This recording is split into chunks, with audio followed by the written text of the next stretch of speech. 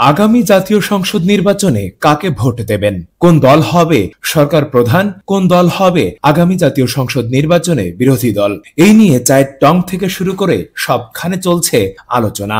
এরই মধ্যে বিআইজিডি একটা পরিসংখ্যান করেছে পাল সার্ভে 3 নামে, যেখানে উঠে এসেছে রাজনৈতিক দলগুলোর ভোটের হার। আগামী জাতীয় সংসদ নির্বাচনে কাকে ভোট দেবেন, এই প্রশ্নে সিদ্ধান্তহীন মানুষের হারও বাড়তে শুরু করেছে। গত বছরের অক্টোবরে ৩৮% মানুষ বলেছিলেন তারা এখনো সিদ্ধান্ত নেননি।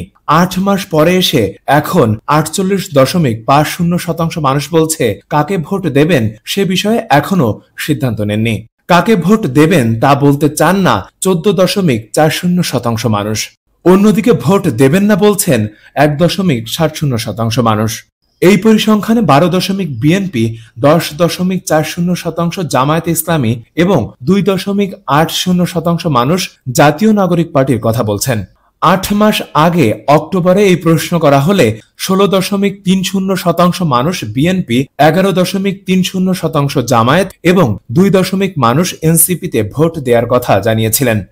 অর্থাৎ ৮ মাস পর বিএনপি ও জামায়াতের ভোট কিছুটা কমেছে আর এনসিপির ভোট সামান্য বেড়েছে।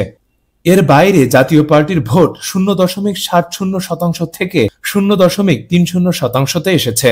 অন্যান্য ইসলামী দলের ভোট ২.৬০% থেকে নেমেছে ০.৭০%।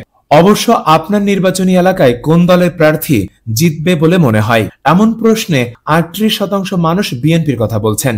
এই প্রশ্নের উত্তরে ১৩% মানুষ জামায়াত ও ১% মানুষ এনসিপির কথা বলেছেন।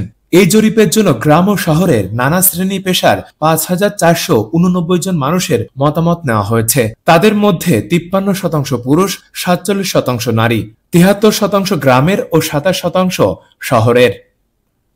ফেরদৌস সাগর, মানব কণ্ঠ।